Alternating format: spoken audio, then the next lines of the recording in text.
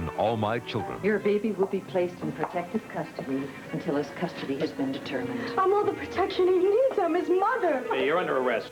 And somewhere between power and passion, mystery and intrigue, love and hate, lies the edge of night. And Rona Barrett's back in People to People, a week of specials starting Monday at 10 a.m.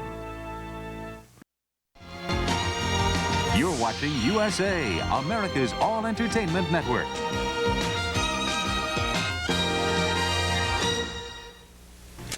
I can't breathe in this thing. Just a few more pictures, beautiful. Come on, just hang in there, okay? Just a few more shots, we're almost done. Come on, babe. Listen, put your babe on ice for a second. I got some news. I'm seeing Alicia this afternoon. Yeah, is that good news? We're going over Imaging's publicity campaign. Terrific. Yeah. Yeah, well, I got some news, too. The cops are after you. No, Nancy Carr's agreed to look over my portfolio. Oh, she wants to see your etchings. No, come on, nothing like that. She works for the Monticello News. That could be the break into photojournalism I've been waiting for. All right, break a leg, champ. You too, Star. Can we get on with this? I'm suffocating here. Oh, gee, keep an eye on the merchandise. I think it's getting bent out of shape. Yeah, we're done, by the way. I have another appointment to get ready for, so if you could just see yourself out, you were terrific. You were. Great. Thanks.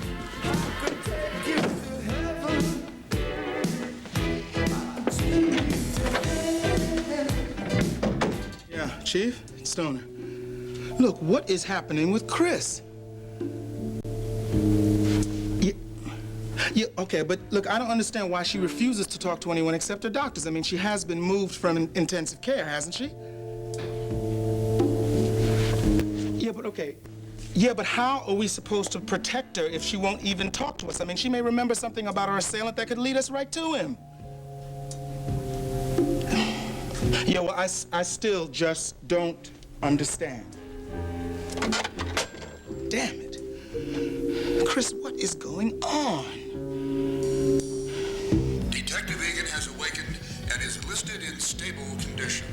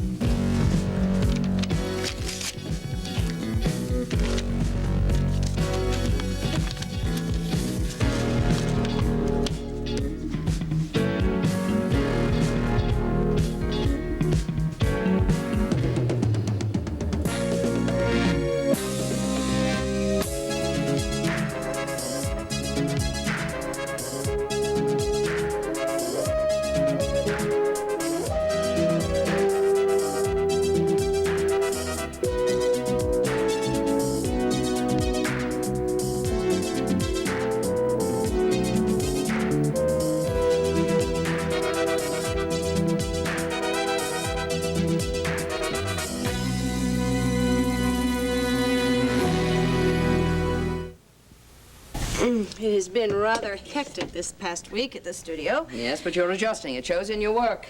Really? Are you up that late to listen to mine talk? Yes, and I'm not going to tell you that I listened to your program to put myself to sleep. Oh, well, thank you. I must tell you, the preacher is doing an excellent job as Zeph's replacement. There's no doubt about that. Now, what about Zeph's surgery? Oh, it came off without a hitch. Oh, that's splendid. Looks like everything is moving along nicely. I've even found a permanent engineer for you. Oh, I'm sorry about that. I was kind of hoping that preacher would stay on in the job. And what happens when Zeph recovers from his appendectomy? To tell you the truth, I'm more comfortable with preacher. I know, Beth, but you have to remember that eventually preacher will have to go back to his job at the Whitney Theater. Oh, I know. Excuse me. Yes. Oh, yes, Raven, dear. What can I do for you?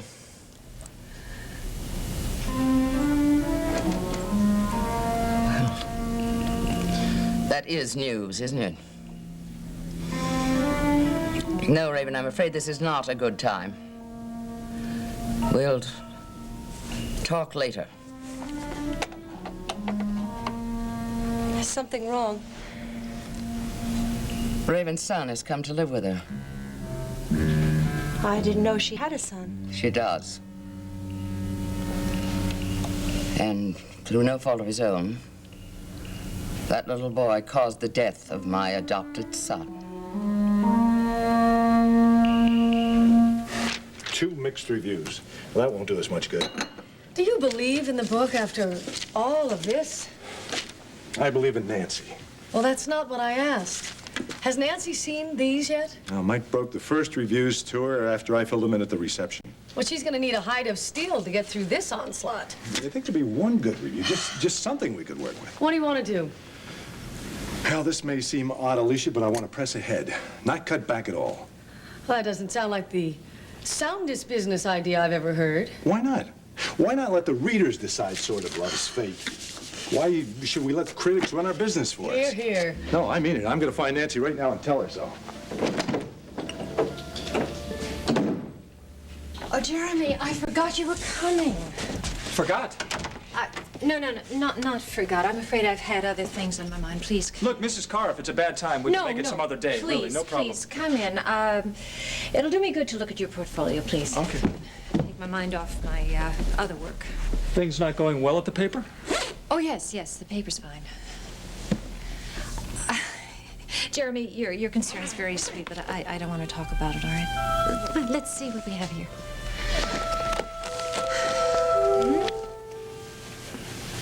May I get you something? Geraldine, you've obviously had quite a shock. Would you like to talk about it? Professionally? It's up to you. No, Beth. I'd rather talk to you as a friend, so long as you understand that what I'm about to tell you would be kept in the strictest confidence. I understand. It all began several years ago when I adopted, unofficially, a young man named Kevin Jameson. Oh, Kevin was wonderful. Bright, personable, ambitious. And I was grooming him for a political career when he married Raven. You weren't happy about that marriage? No, I was not. And as it turned out, neither was Raven. She began an affair with a young lawyer here named Logan Swift. She became pregnant. And then tried to tell Kevin it was his child. Oh, dear.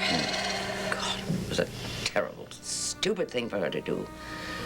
Because, you see, Kevin was incapable of having children. He was sterile. And Raven didn't know that. In any case, one night when Kevin was drinking heavily, Raven left the house, got in her car, and drove off. And Kevin followed her, tried to catch her in his car. And that's how he was... He was accidentally killed. I'm so sorry. Oh, God. I blamed Raven for that. But then, after a while, I began to understand her and even forgive her. What happened to the father of the child? Logan Swift married Raven. And 3 years ago, when their marriage had fallen apart, he left and went to New York. And the boy? Raven gave him up. But then she changed her mind. And Logan won him in a bitter custody battle. And now, for some unknown reason, he has returned Jamie to Raven. And that's what she called to tell you?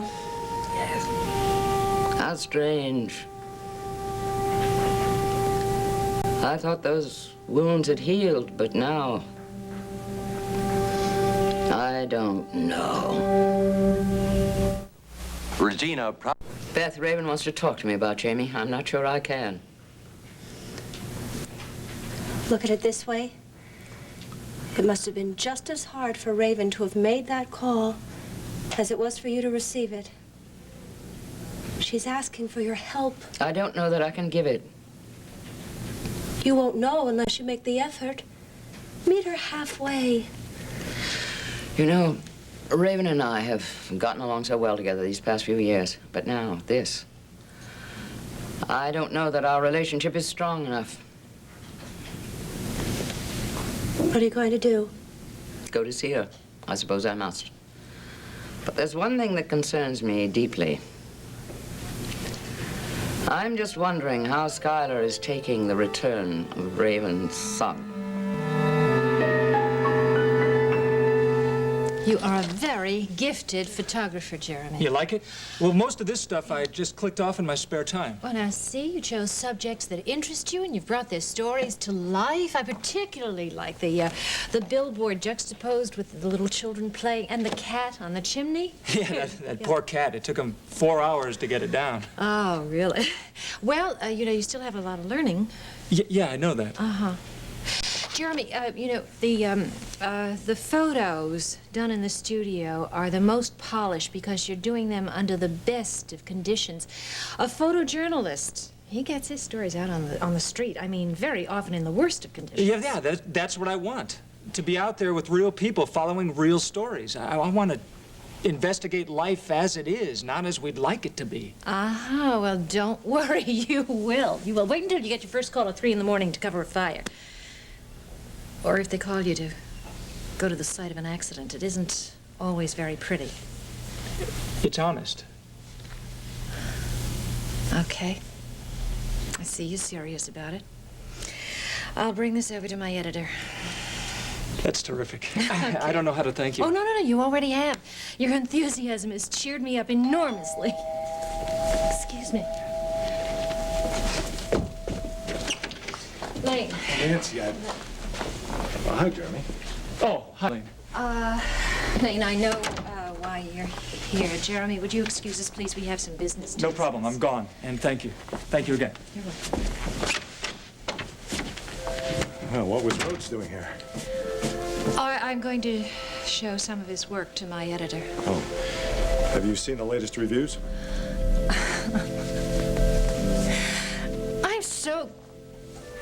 I'm so sorry.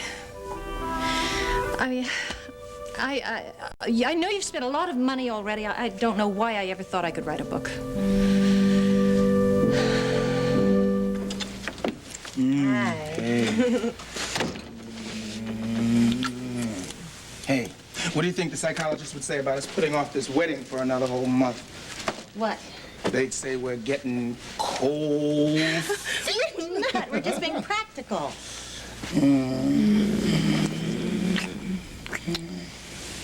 Now, what do you think the psychologist would say about that? I don't know what. That we're in love? And that putting off our wedding until your birthday is an act of real maturity. And cold feet. Come here. Oh, Dee Dee, I love you. But I guess you're just gonna have to wait another month to become Mrs. Calvin Stoner.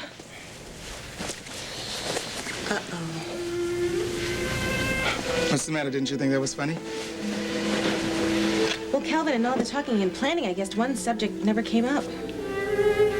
Don't tell me you've got 2 husbands already. No. Listen, I love you, and I want to marry you. There's just one thing I have to insist on. Oh, no, I'm gonna have to learn to sleep on the left side of the bed. No. Well, what? Well, that after we're married, I remain Ms. Dee Dee Bannister, just like before, and not Mrs. Calvin Stoner. Greg Shaver and I have been over your photos very carefully. Right, well, I have already chosen out the ones that I think were the best, okay? What do you think of these? Shelley, are you or are you not paying Imaging to promote you? You know very well that I'm paying you plenty. Then may I suggest that you let us do our job? Which ones did you have in mind? These.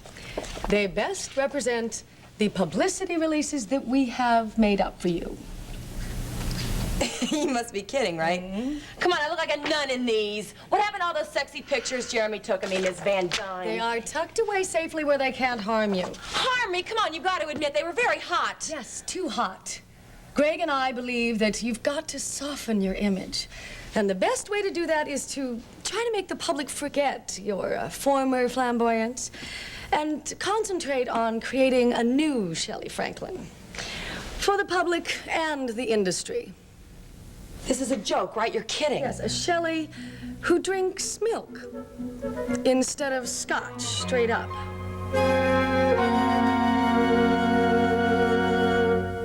Your move. Nancy, you mustn't let the reviews discourage you. Oh, but Lane, they're so unanimously damning. I mean, I don't even see the slightest flicker of hope. Because critics don't necessarily form public opinion. What? I know from experience that lots of popular successes owe nothing whatsoever to the critics. All right, even if that's true, what about all the money that you have invested?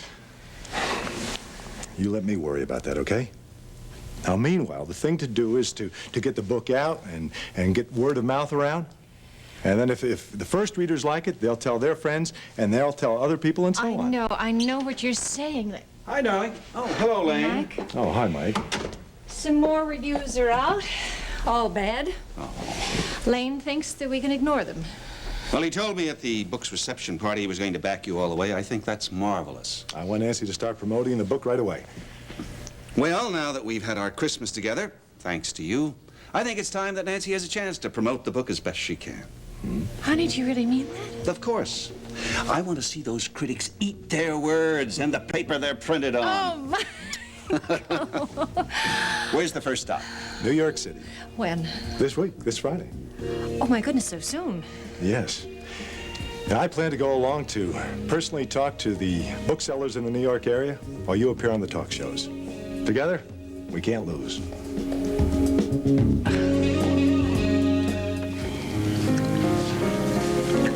Where did you get the sushi? New place on Grant and 16. Probably cost a fortune. Yeah, well, I felt like celebrating, you know? Calvin, you really didn't expect me to change my name, did you? Dee Dee, I mean, tell me, is it really that much to ask? Calvin, I'm a lawyer. My firm's name is Nelson and Bannister. I'm known professionally as Dee Dee Bannister. It was purely a professional decision. Look, I understand all that, all right?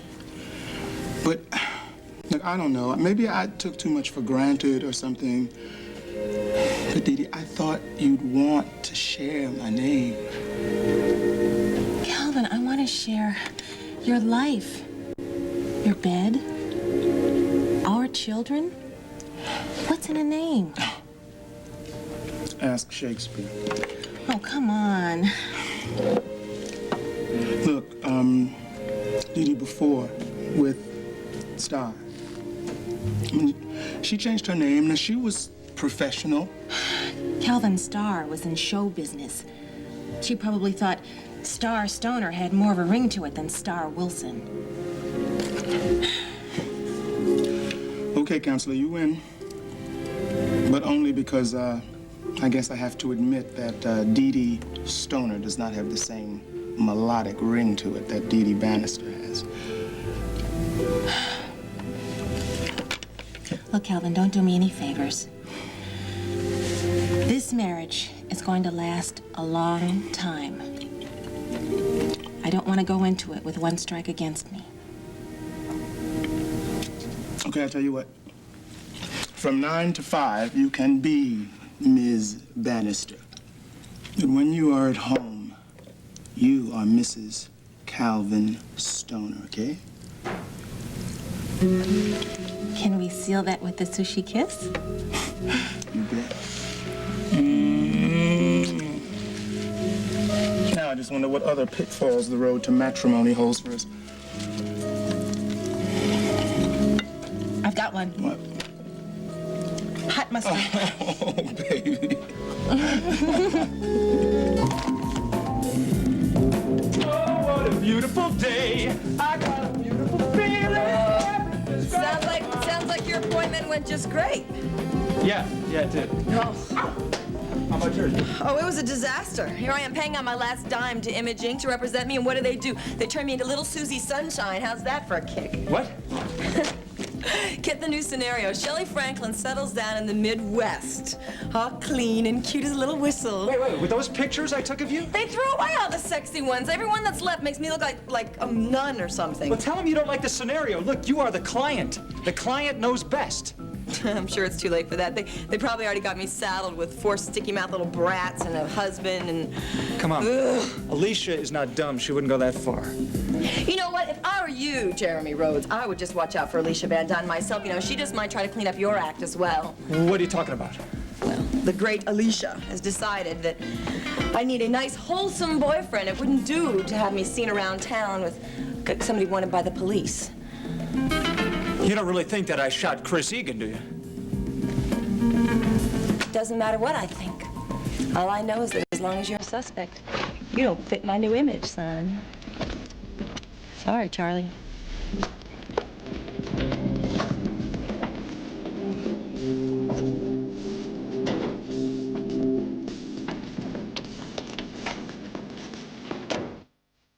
Want to make you a good husband? Once you learn to curb your extravagant taste. Extravagant? Can't have sushi every night and balance the budget, too. I wasn't aware I was marrying an accountant as well as a lawyer. Oh. I'm so lucky to have you. I know. Oh. You know, it's funny, feeling so good and thinking about Chris lying there in that hospital bed is just not fair. I know. Any new word on our assailant? No, we're sifting out the employees at Imaging. And? Well, there's only one who's ever had any past connection with her. Who's that? That photographer I told you about, Jeremy Rhodes.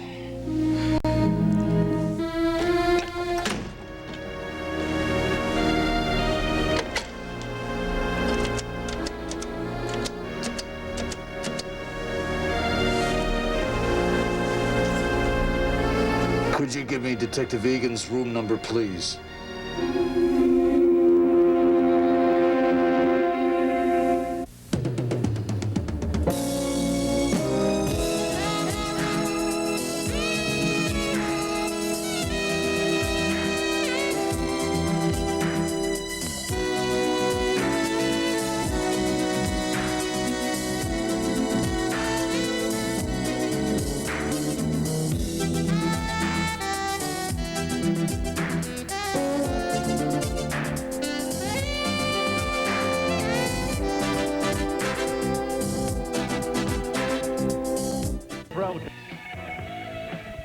That's why we're Southern California's rock and roll leader. Come on, you party animals, tune in. 95.5 KLOS.